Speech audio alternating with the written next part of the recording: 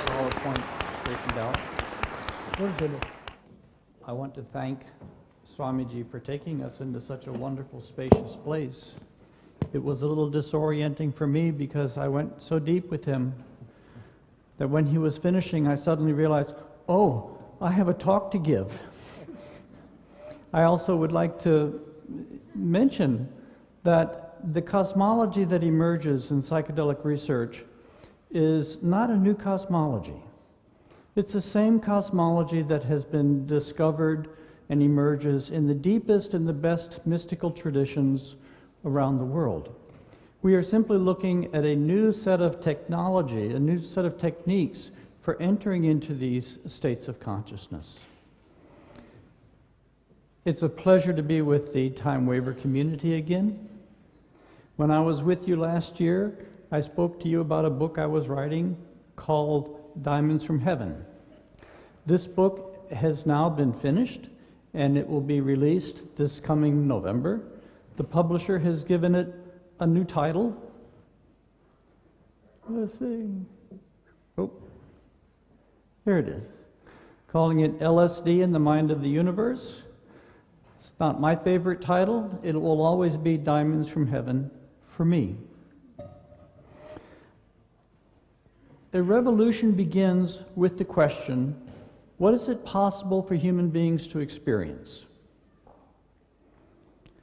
The work in the Global Consciousness Project is pushing the edges of what is it possible for human beings to experience. Parapsychological research pushes that question. Psychedelic research pushes that question. What is it possible for human beings to experience? The foreword to this book was written by Ervin Laszlo, who I'm so pleased is going to be with us this afternoon by television.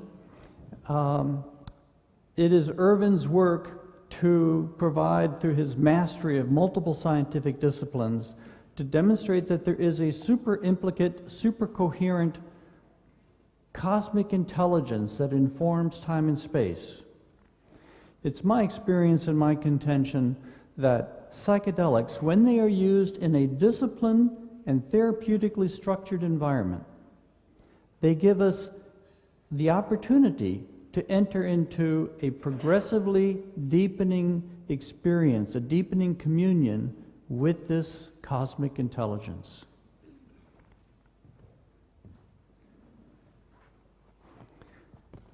Now, as you all know here, there is a revolution, a renaissance in psychedelic research taking place across the world. Most psychedelic research today is taking place in two forms, or is focused in two projects. One of them is mapping the neurology and the biochemical pathways that psychedelics activate. And the second is healing the personal psyche, the wounds that we collect in life, post-traumatic stress, depression, a variety of different conditions. I think these are important first steps in reclaiming these valuable substances, but these are only the first steps. Historically and cross-culturally, our experience with these mind-opening substances has been that healing the personal unconscious is only the first stage of a much longer journey. The psychedelic agents we have access to today are so powerful that I believe they mark a new frontier in human experience. We can shatter the shell of the earthbound mind so consistently that it becomes hard to describe the depths of cosmic communion that follow. By taking our life to its limits and repeatedly shattering those limits, we dissolve for hours at a time into flows of life that transcend all measures. By entering these states with focus and clear intent, by submitting to the harsh demands of death and rebirth, we surrender all we have been to become something utterly new for 6 or 8 hours at a time.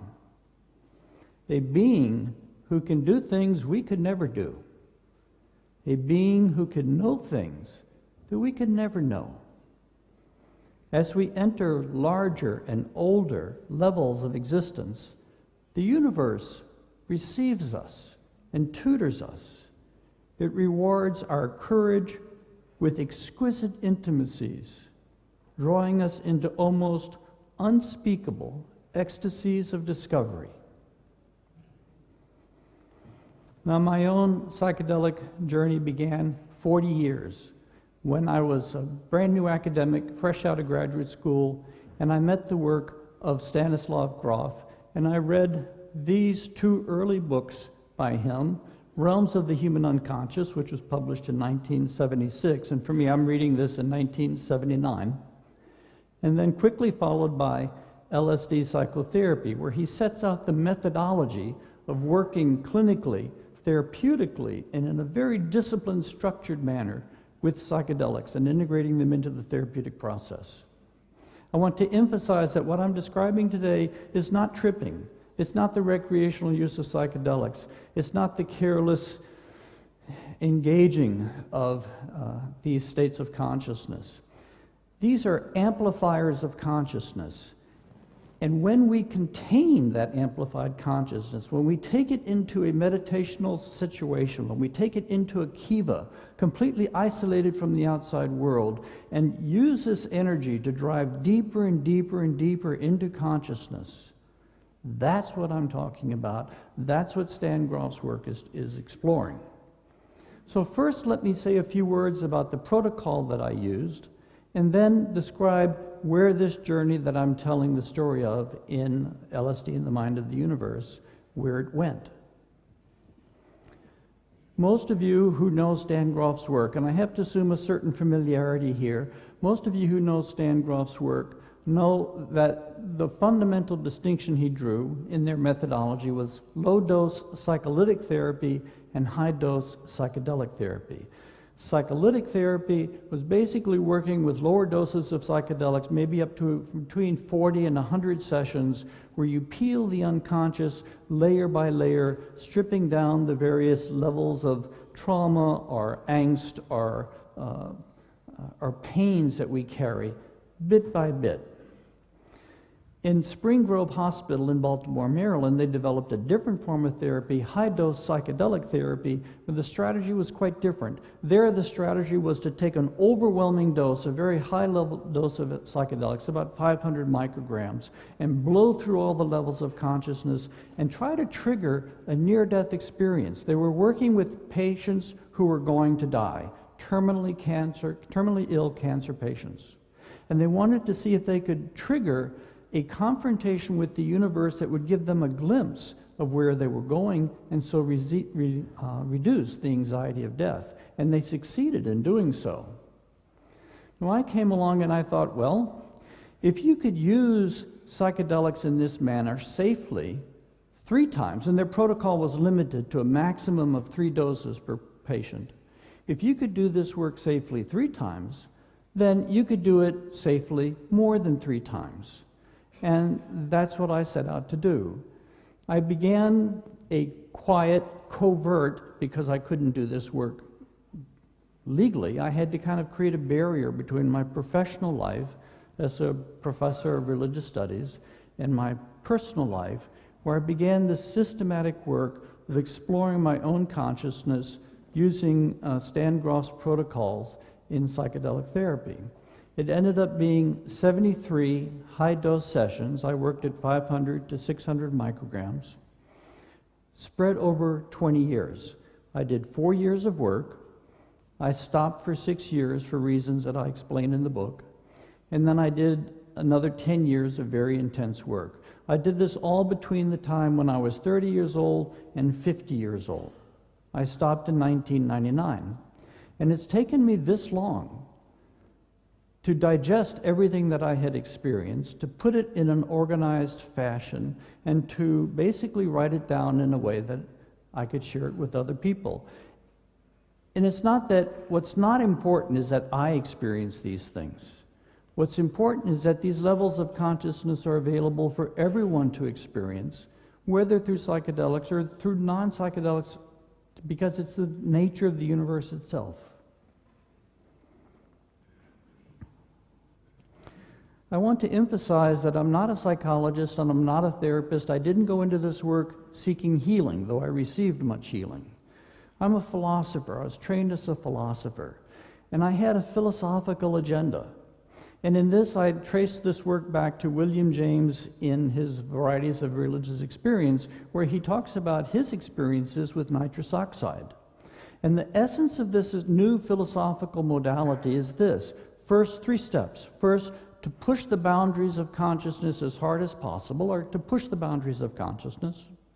Second, to write a detailed and complete, phenomenologically accurate report of your experience within 24 hours. And third, critically analyze your experience, comparing it to other bodies of knowledge and comparing it to the experiences of other journeyers.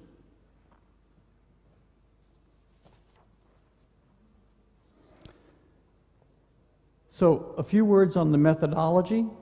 Oh, actually I'm there, but I stopped. When I got to the end of my 73 journeys and was beginning to write it up, in the beginning I thought I was really just doing an extended course of psychedelic therapy. It was just psychedelic therapy, nothing new. When I got to the end and I was looking back over the course of where I went over those 20 years, I realized that this was something different. When you enter into this state so many times in a controlled fashion, it opens up opportunities that were not considered in the early years of psychedelic therapy, and it also represents challenges that were not encountered in the early years of psychedelic therapy. I recognized that it needed a new name, it needed something to differentiate it, and so the name I gave it is psychedelic exploration. The method is psychedelic therapy. Very controlled circumstances, always working with a sitter, always working in contained and private environment, eye shades, earphones, listening to a very carefully curated musical list. The difference between psychedelic therapy and psychedelic exploration is the number of sessions. For me, 73 sessions. Now, I want to add that this is not a protocol that I recommend. Honestly, I do not.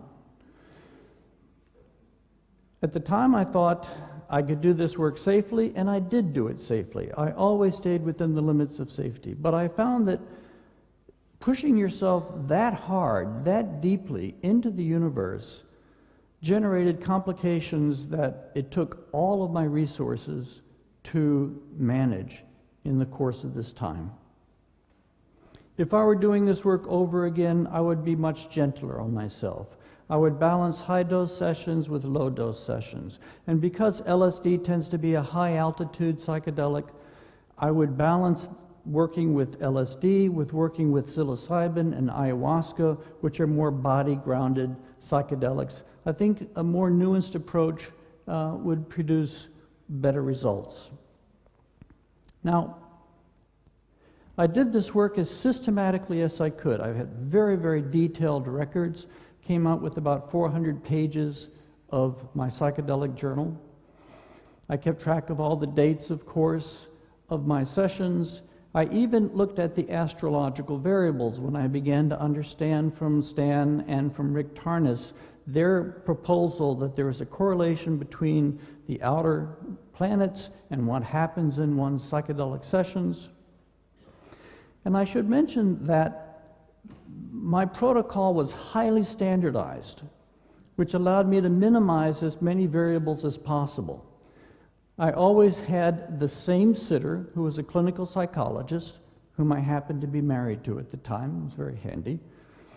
The same set and setting, the same location, the same substance, the same dose level, and the same recording process. And I think the stability of all those variables, keeping them constant, it contributed to the clarity and the stability of the communion that opened and the psychedelic window that opened in this work. Now, I want to mention that the story in Diamonds from Heaven, I always To me, it's Diamonds from Heaven. The story that opened is not primarily a personal story. I'm not trying to tell a personal story. In fact, I dropped out a lot of the personal details. It's a personal story, of course, because it's my experience, but it's not primarily a personal story. These waves represent a series of psychedelic sessions which I've drawn overlapping to illustrate the point that these sessions are systematically, there is a conversation that picks up and continues session by session. The small circles at the beginning and endings of the session represent the openings and closing of a sessions. I found that things that were relevant to my personal life tended to occur when I was leaving time and space and when I was coming back into time and space. But during the peak hours of a session, after the first 12 or 15 sessions, during the peak hours of a session, I was usually operating far beyond personal reality. And that's the story which is the most important story. That's the story which is the philosophically more interesting story. That's the cosmological story. So this story is not a therapeutic story. A therapeutic story, the personal details are very important. In a cosmological story, they're less important. When one does this work, one enters into a regimen in which one undergoes many deaths and many rebirths. The first death, this line in this image, everything below the line is time-space reality. The drop at the end of this line, at this blue image, represents our individual time-space identity, our egoic identity. The first circle represents the death rebirth that takes place when we transition into spiritual reality, ego death, which gets a lot of attention in the psychedelic literature. What is getting less attention so far are the deeper deaths that take place at deeper levels of existence. Now, Stan Grof uses the vocabulary of psychic level transpersonal experience, subtle level transpersonal experience, causal level experience. And because the universe tends to reveal itself in layers, one goes through deaths when one moves into these deeper layers. Every time one goes into a deeper level of consciousness, everything that one has known up until that time, including your psychedelic experiences, everything you know to be true, including those psychedelic experiences, must be surrendered if a truly new and novel dimension of existence is going to open.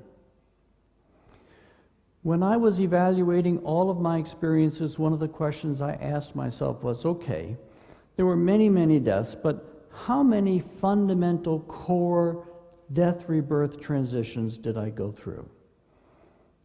Oop, wrong way. Oh, back up. One circle to describe a transition into a level of reality is an oversimplification. One goes through levels within levels within levels. These numbers represent session numbers. And there is kind of an iteration, a repeating, going deeper and deeper and deeper into this level of reality. But I asked how many times, how many core death rebirth cycles did I go through? And I identified 5. And here they are. The first is the death of self, the complete shattering of your time-space identity, letting go of everything you have known yourself to be from the moment you're born until that moment in time. Ego death. The second was entering into or took place at the level of the collective mind, the collective psyche. The third was entering into archetypal mind, kind of the domain described by Carl Jung and Plato, but different than either of them portray it. The fourth, entering into causal oneness. Now, oneness is a theme which emerges much earlier in the journey, but causal oneness is something quite distinctive. There is no outer boundary at the level of causal oneness. It is the totality of existence. You cannot step outside this reality to get a perspective on it. It is the totality of existence, moving and living as one. And the fifth level for me is the diamond luminosity, what I call the domain of diamond luminosity, which occupied me for the last 5 years of my journey.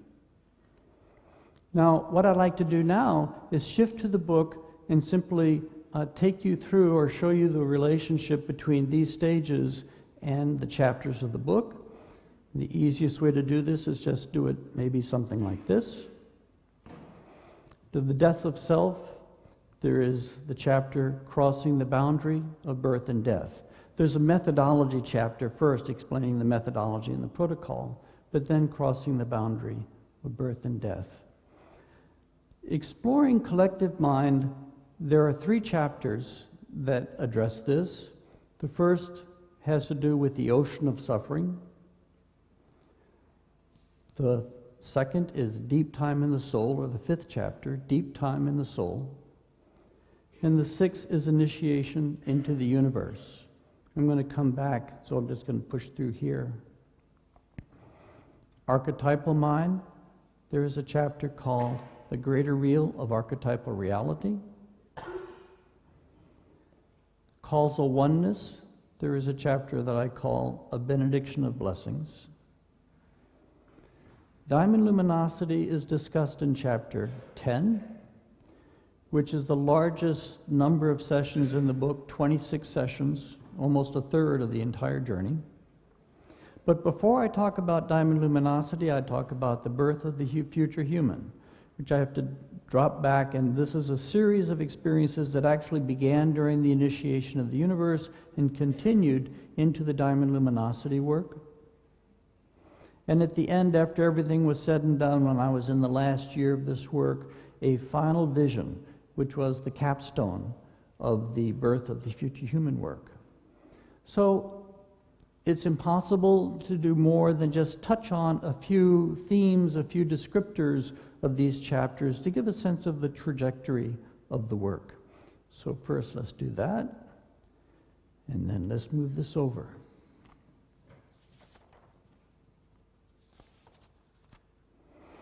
Crossing the boundary of birth and death is the easiest to summarize because it's the one that's very thoroughly described in Stanislav Grof's work. It's the perinatal level of consciousness, entering and transitioning through the perinatal level. When one enters this work, one becomes, many people relive their own birth. One has many profound encounters with death and dying. We get here by being born. We leave the physical world by dying. When one is pushing the boundaries and taking consciousness beyond the limits of physical consciousness, birth and death get all complexly intertwined until one goes through a series of profound existential crises, confronting the meaninglessness of existence, the futility of life understood as a physical, purely a physical structure, until eventually one goes through an event that usually is described as ego death. In the 9th and 10th sessions, this took me 2 years and 10 sessions to navigate this process. In the end, the universe just snapped me like a twig. Everything I knew myself to be at the beginning of the day was completely reversed and inverted. I began the day as a white, male, middle-class philosopher obsessed with the meaning of life. In the course of the session, for hours, I was immersed in the experience of women of color, women who were poor, women who had no interest whatsoever in philosophical exploration. And that's what I was, that's what I became. It was a frightening experience, scared me to death. But when I let go, and when I allowed myself to become fully a woman, then everything pivoted, and I was taken into the world of women. I experienced hundreds and hundreds of women. I experienced many dimensions of female experience under the arm of the Great Mother. I wish every man could have the experience that I had that day. It truly was a broadening experience. And the message was not reclaim your femininity or reclaim your former lives as women, because I know I've had former lives as women. The message was, where you are going, gender does not exist. Let go.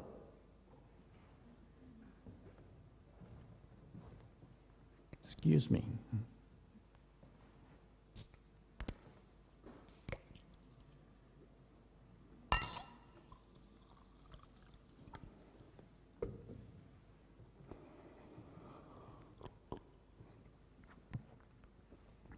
Where things went next, when I went through ego death, and I was expecting things to get lighter. I mean, after ego death, things are supposed to get lighter. Where things went, actually got much worse. I entered a domain of extraordinary suffering, collective suffering, a domain of just unbelievable pain and unbelievable anger and violence, and this took place over 2 years, and it deepened systematically, deepening and deepening, until eventually I had the experience of becoming, in some fundamental way, all of the human beings of our entire species, and gathering experiences that extended over 100,000 years. Just a massive... At first I thought this was a deepening of ego death, that somehow pieces of my ego had slipped through the noose, and I was dying. It was my personal death and personal transformation that was driving these processes. But it went on for so long, and it took so many, there were so many beings involved, that eventually I came to a different conclusion. The conclusion I came to was that somehow something had shifted in my sessions, and the universe was using my sessions to bring a kind of healing to some portion of the collective psyche. With Ervin Laszlo, I agree that there is an Akashic memory that holds the memory of everything that's happened in the universe. And in the collective unconscious of our species, we hold the entire history of our species. We hold all the wars. We hold the memory of all the terrible things that we've done to each other. And just as our personal trauma burdens our personal life and must be cleansed if our personal life is to be free, likewise our species holds these wounds. And these wounds, these trauma must be cleansed if our species is going to function at a higher level. So I came to understand by the end of this process that something was working to transform not me, but through me to transform some aspect of the human species and help us move forward. Now, there are 2 phases of a session in working like this. There's a purification phase, and then there's an ecstatic phase. In the purification or suffering phase, if you allow it, if you take it, let it take you as far as it wants to take you, if you let it take you wherever it wants to go, even though you may not understand anything about what's happening, it will eventually culminate, come to a crescendo, and you'll go through a kind of a death and surrender process. And when you go through that, you wake up into a completely different reality, completely unexpected reality, and for the remainder of the session, you're in an ecstatic state of consciousness. And then when you resume the next session 3 or 4 months later, the same process will repeat itself. When I came through the ocean of suffering, let me back up just a second. The ocean of suffering, I said, lasted 2 years. There was a year of work, and then I stopped my work for 6 years, and then I resumed my work on the other side. In the first year, when I was going through the ocean of suffering, when I came through the sessions, I entered this territory that I call deep time in the soul. I entered systematically for 7 sessions over the course of the year. I entered into a state of consciousness in which I experienced the totality of my life, start to finish, as a completed whole. All the details of my life were suddenly present. I was in a state that just totally overwhelmed me and systematically gave me an instruction on what my life was about, how it was connected to the lives of the people around me. This was the deepest, most moving experience of my life at the time. And yet, in the first time when I came back from that experience, I could not remember it. It disappeared. I had no reference points in my time-space consciousness to anchor states of consciousness which shatter time-space or linear time. But what I found was that when I went back to this condition in that state of consciousness a second, third, and fourth time, I remembered more. I was able to hold on to more. I'd get more coherent, a clearer understanding of what was taking place. You can learn how to stay conscious in levels of consciousness that you were not able to stay conscious in before. And this is an important epistemological state. Deep experiences of the universe are not simply given to you.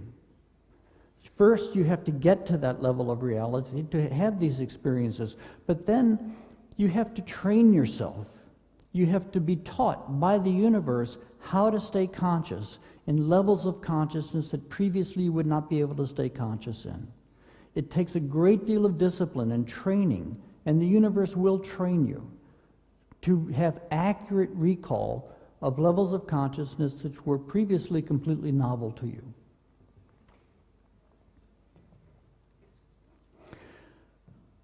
After the 6-year break that I took, and I began the work again, the ocean of consciousness began exactly where it had stopped 6 years before. And it kept getting worse and worse and worse. The fact that it started exactly where it had stopped before, I think, says something about the intentionality and the magnitude of the intelligence that is guiding one's work. I always felt myself to be in communion with an intelligence. This intelligence never took any form. I never saw any images that I would associate with it. There were no deities or no forms of anything like that, but I always felt myself in dialogue with a superordinate intelligence. When I began the work after the 6-year break, the ecstatic portion of the session shifted into a completely different domain. I entered into a process in which I was given a systematic course of instruction in the structure of reality at a cosmological level. I know this sounds terribly arrogant, and I apologize for that, but that's simply what happened. Here are the names of the sessions that I used, that I gave these sessions, and I deal with in the book. For me, I give all of my sessions a name. I try to identify the pith of what happens in the session, and I give it a name so that when I see the name, it reminds me of the session, because I'm trying to hold all of my journey in my mind all at the same time. I not only record my sessions, I break them down into bullet points. These are the names of the sessions that I'm addressing in the chapter, The Initiation into the Universe. Some of these I discuss in my book, Dark Night, Early Dawn. The master plan was a series of experiences that took place which began, and this continued for years, a series of experiences in which I seemed to be being taught what was happening to the human race and where the human race was going. What is the larger developmental trajectory of humanity? Once again, I apologize for the apparent arrogance of that. It sounds like ego run amok. But eventually the ocean of suffering culminated in the 24th century, it's a 24th session, which I call Healing the Collective Wound, just an orgy of suffering, which eventually, when it came to a head and it climaxed, it spun me into a level of reality that was ancient beyond reckoning. It spun me into archetypal reality, and the collective suffering never reappeared in any subsequent session.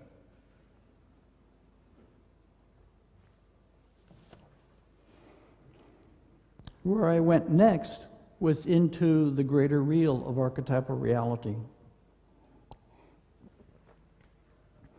I entered a reality that was more real than physical reality. It was like in Plato's cave, where the fellow gets out of the cave and enters a world which is more real than physical reality, which is a very disorienting experience initially. And when I entered this reality, when I entered archetypal reality for the next year and a half, I stayed in this reality in my sessions. I went through a death that was deeper than ego death. I went through a death in which I had to cease to be a human being in any way, shape, or form. My consciousness could no longer operate within the confines of even our collective psyche. I entered a state of awareness which was beyond the collective psyche, and at that level I was being worked with to be taught how reality functions at this level. The experiences, the sessions that I address in this chapter are listed here. My experiences here are sort of divided into two levels. There was kind of at the high subtle level, the Platonic level, in which I encountered archetypal forms, archetypal beings that were just vast. They were impossible for my mind to wrap itself around. I imaged them as galaxies. There were billions and billions of light years across, just impossible to imagine beings of such magnitude. But these are beings who are the beings who are responsible for creating time and space itself, beings who are responsible for creating and governing the emergence of life inside time and space. At a lower level, at a lower subtle level, I entered deep into the collective psyche, and I repeatedly had the experience of the human species as a single organism, and that all of our individual minds were fractal aspects of its comprehensive mind. And even our bodies were cells within the unified body of humanity. And that as we heal our minds and as we heal our bodies, we actually contribute to the developmental history and the strengthening of the mind of our species and even the body of our species. When I went into archetypal reality, the deaths that I went through involved enormous energy, fire, volcanoes, sun flares, just excruciatingly difficult experiences of being burned alive and being consumed at this deep level. And I mention this because this is an important point. What I learned was that as you go deeper into the universe, every deeper level of reality functions at a higher level of energy. This is well recognized in the deep mystical traditions. A deeper level of consciousness is a higher level of energy. And if you are going to have stable experience at that deeper level of consciousness, you must stabilize your consciousness at that higher level of energy. If you're mountain climbing, you have to stabilize dealing with less and less oxygen, and you do that gradually in your ascent. But if you're working in deep non-ordinary states of consciousness, you must stabilize and accommodate to greater and greater levels of energy. And you must learn how to manage that level of energy. Otherwise, your experiences there will be fragmented, incoherent, and you will not be able to bring back much of great detail. I began to have experiences here of reincarnation as a collective phenomenon.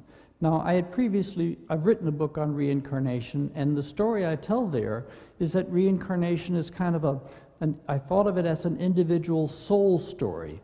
That's the story that's given in our spiritual traditions, that we are learning, hopefully we're making progress, we die, we're reborn, we die, we're reborn, and our individual choices lead to, hopefully, an improving destiny as our soul matures. But now I began to have experiences of the entire planet as a single organism, growing itself, maturing itself through the pulsating rhythm of its entire population, reincarnating century after century. And I began to understand, or was shown, that our individual karma is all integrated and part of our collective karma. And the boundary between individual karma and individual evolution and our collective karma and our collective evolution came down entirely. And that's the primary theme of Dark Night, Early Dawn. That there isn't a separate, it's impossible to achieve spiritual awakening by yourself, because there is no private self to awaken. All of our awakening emerges out of a collective context, and it contributes back into the collective context. In the end, we are always working with the divine for the good of the entire species and beyond the species.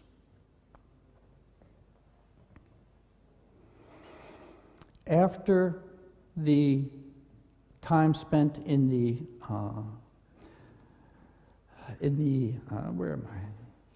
greater real of archetypal reality, I entered causal oneness. I entered into a period of tremendous blessings. It was a year of unbelievable blessings. These are the 4 sessions that I address in this chapter. The forest was an experience of emptiness, shunyata, complete transparency, no self in me, no self anywhere in the world around me, the entire world as a living oneness. And when you experience oneness, then you instantly experience no self, the absence of an independent, separate, autonomous self. When the self goes, the world is one. Let me jump over the diamond, the birth of the diamond soul. Singing the universal way was an experience of the deep, fertile void, the primal void that is the matrix within which all form emerges. Jesus' blood was an experience of extraordinary cosmic love, being just awash with love like I had never known anywhere in my life or anywhere in my previous sessions. But let me just mention the birth of the diamond soul, because it comes up later. In this experience, in this session, I had the experience of my former lives coming in fast and furious. I've done a lot of work through hypnosis and whatnot on my former lives, and previously I had experienced my life 11 years before as a totality from beginning to end. But in this session, my former lives were coming in, and they were like wrapping kite string around a kite spool, except that what the lives were like filaments of light, and just wrapping them around and around. And suddenly, they seemed to hit a critical mass. And when they hit a critical mass, they fused. And when they fused, there was an explosion of light, an extraordinary diamond-like light broke out of my chest, and I was thrown into a state of consciousness that was both individual, but a higher level of individuality than anything I had ever known. And I think what I was being shown in this experience, what I was being given in this experience, was a taste of where reincarnation is taking us. Reincarnation doesn't just result in the development of a little bit better this life, a little bit better the next life, acquiring more moral insight, more talents, more this, more that.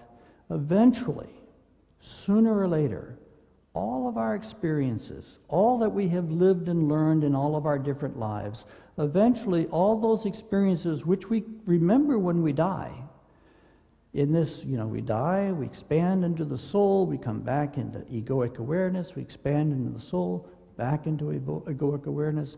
Eventually, sooner or later, all of our life experience is integrated as a singular individuality inside time and space. We wake up. We wake up to the cosmic beings that we are, that we truly are. We no longer are tempted to identify strictly with our body, with our time-space body.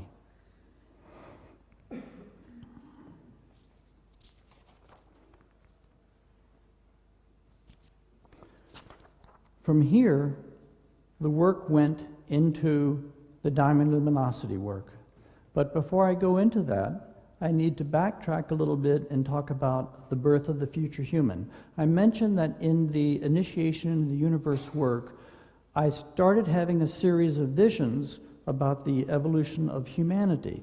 Now, this sounds ridiculous at one level, but it's not ridiculous from within the context of transpersonal psychology.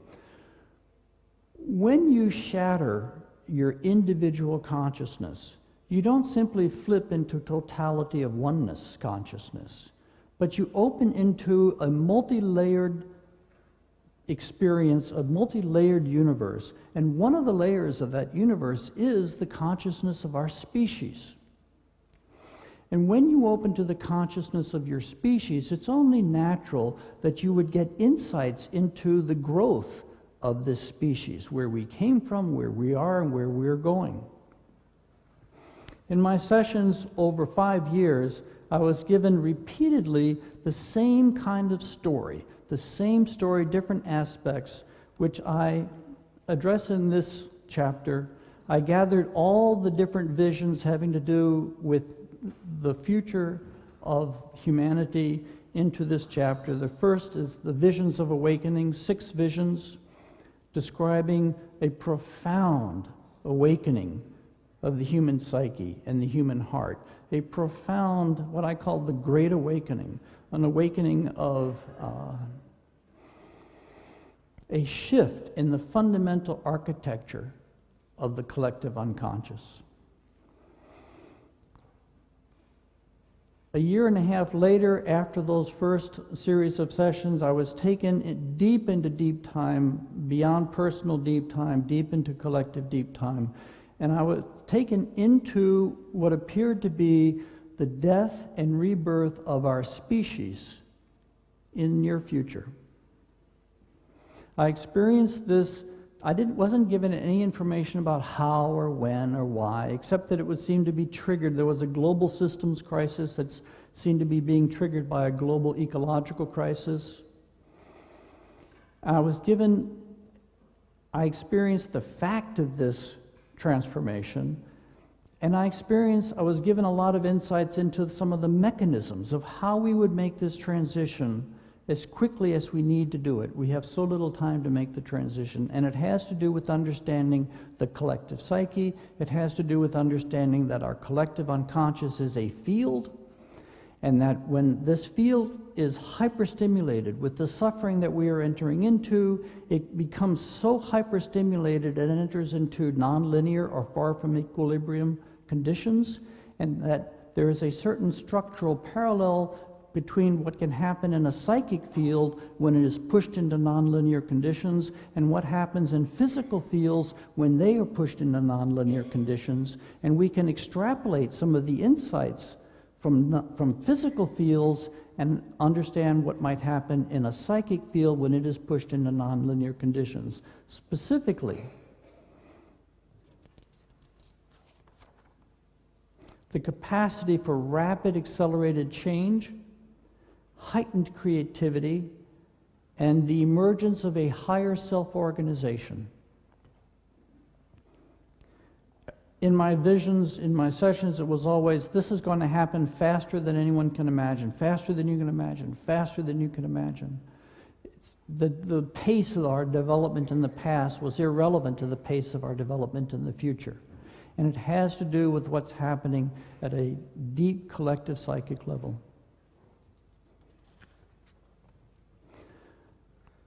From here, I went into the diamond luminosity work, 5 years of progressively entering into a field of consciousness that was completely empty, devoid of content, and clear beyond imagination, just clear,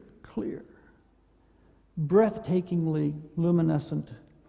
Buddhism calls this Dharmakaya, the clear light of absolute reality. The clear light from which physical reality springs. I called it diamond luminosity.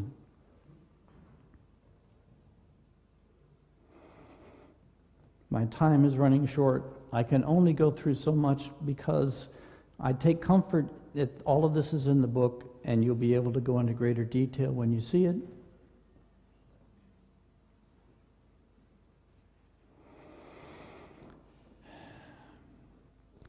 Out of these 4 sessions, and I went into this reality only 4 times in 5 years. 5 years of work to spend 4 days in this condition. It was a high cost to pay. In between these 4 sessions, as you might imagine, there was intense episodes of purification, more purification, more purification. Because just to touch this reality, to be able to return to it and have stable experience in this reality, you have to purify yourself of anything in you which is less than this reality. The first two entries into the diamond luminosity took place in sessions 45 and 50. And then after that, we didn't go deeper into the diamond luminosity, but the diamond luminosity began to crunch itself deeper into my physical body. It was as if this light was restructuring my biology. It was restructuring my mind, my emotions, my subtle energy system, and actually restructuring my cellular anatomy in ways that I couldn't begin to understand. But it was soaking itself deeper into my physical presence. And I learned from these experiences that the purpose of this work was not simply to move into transcendence. It isn't to go into some disembodied transcendent reality. These fields are beautiful, they're magnificent.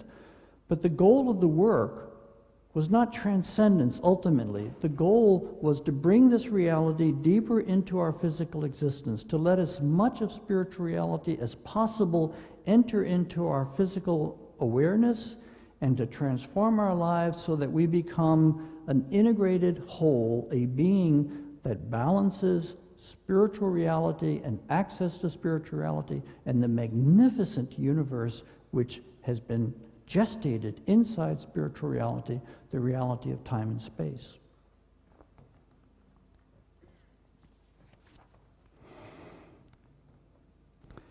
At the end, in the very last year of this work, I was given one final vision that was the capstone of everything that had gone on before.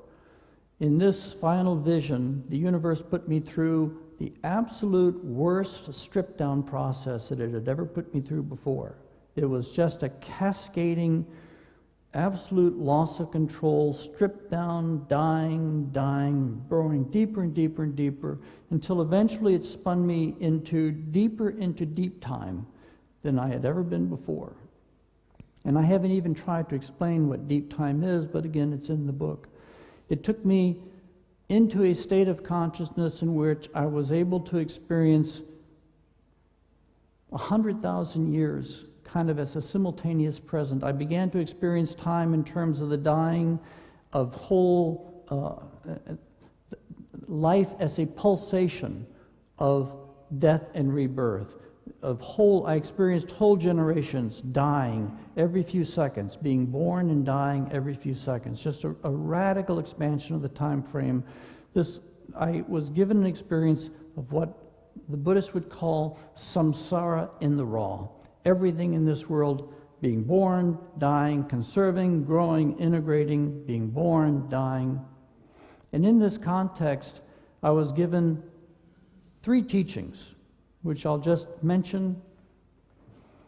The first was that it showed me that human beings are actually built for speed. We are built for accelerated evolution. And it has to do with the fact that each of our lives are so short, 100 years, merely 100 years. But underneath this repeated reincarnation, there is a gathering of our knowledge, a gathering of our experience. And periodically, this gathered knowledge flips and becomes a new foundation for all subsequent incarnations. And from this expanded time horizon, I could see that human beings were actually designed for accelerated evolution. We have a tendency to think human nature this, human nature that, too statically. We have to think more dynamically, more open-endedly, in terms, if we want to experience ourselves and experience the human race from the perspective of the creative intelligence that's behind it all. The other 2 experiences I'll mention was I experienced the universe as a diamond maker. I experienced this reincarnational, the cycling of reincarnation, and I experienced sparks of diamond light shooting off periodically into the deep space, into the deep sky. And I understood that the universe is making diamonds. And the diamond is the distillation of all of our experience here into these crystalline, pure forms that allow us to enter into dimensions of spiritual reality that we could never survive in if we hadn't gone through this hyper-concentration, hyper-accelerated developmental process which is taking place inside time and space. And lastly, I was given an experience of the future human, taken deep and allowed to experience for a short period of time the human being that nature is giving birth to in this long developmental process. Such an exquisite being, just touching it for only a few minutes, so helpful, just totally expanded my understanding of human potential and showed us it's very important, I think, that we have an understanding, that we have a vision of where we are going historically. Because as the shadows darken, as we enter deeper into this historical crisis that we are entering into now, as we enter the dark night of our collective soul, we could lose hope. We could think that it's all over. We could think that we are somehow being punished for the sins of our past. We could think that it's just we're entering into an extinction event. But really, we are in labor. We have been gestating for hundreds of thousands of years. Nature has been gestating us. Gestation is a long process. Birth is a relatively short process. Labor is a very, very intense and painful process. But at the end, it gives birth to something wonderful, something new. I think that's what's happening historically. After hundreds of thousands of years, we are entering into labor. And the crisis that we are entering at a global stage is synchronistically connected to a developmental crisis that is taking place inside each one of us. We carry the entire history of the world in our former lives, in our heart, in our soul. As the planet is struggling to become one in everything that involves, we are working to become one coherent, integrated soul so that there is a relationship between this building tension in the global order and a building tension inside our psychological order as we give birth to a new species on this planet and as we give birth to a new center of consciousness within our own person. Again, what is important is not that I had these experiences, and I could be wrong on many different levels. But what I think is important is that many, many people are having these experiences, as Stan Grof has documented. And what's important is that these levels of consciousness are there for all of us to explore. And again, I do not recommend that people explore them as I explored them. I truly don't. I would not wish anyone to go through some of the things I went through in order to enter these domains. I would be gentler. I would use a wider complement of experiences, of techniques and technologies. But they are there, and they are there for us to explore. There is this massive information field which we can enter suddenly and temporarily, or we can just sit here and open up and let it enter us and soak into our bones. Thank you very much.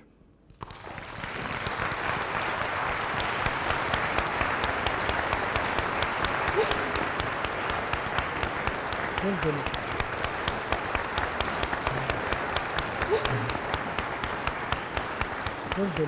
you.